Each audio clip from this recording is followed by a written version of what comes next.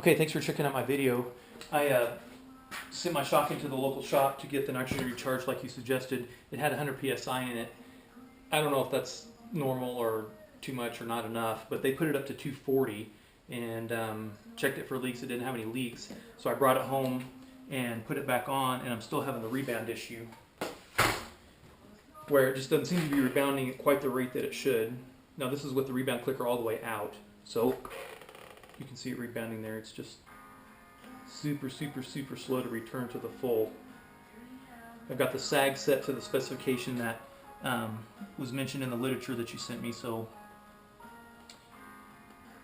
when I put the shock back on after I got it recharged, took the linkage all apart, made sure there was no binding, greased it all, put it all back together, retorqued everything, and put the lower shock mount on, torqued that, and then of course with all this off up here, the subframe, I was able to cycle the swing arm without the shock attached up here, and it's smooth as butter, so I don't think there's any binding there. I don't think that's it.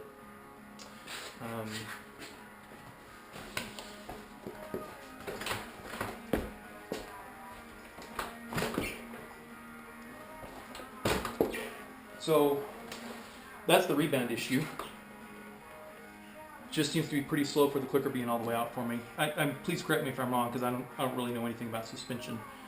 And then the compression clicker is all the way out also, and it just seems to turn into a rock right about there. And it's just really beating up my back. Steady, rough, choppy stuff is just killing my back because it's either packing or not rebounding, or maybe that's the same thing, I don't know. So any of your advice I do appreciate. I know this is not Ohlins' best shock, so if it's time to just get rid of it and get a new one, then that's what I'll do. And this has you replaced this clicker for me, this clicker mount, because this upper clicker was stripped out. And so we replaced that, and that took care of the leak there. So I do appreciate that. That's working very well.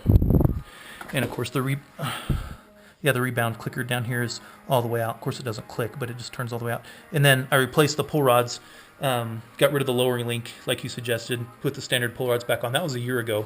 So it's been working very great. As far as the height goes, I'm very happy. We lowered it 1 inch and the forks are working fantastic. If we can just get the shock dialed in, I'm going to just be so much in love with this bike. All right, I appreciate any of your advice. Thanks a lot.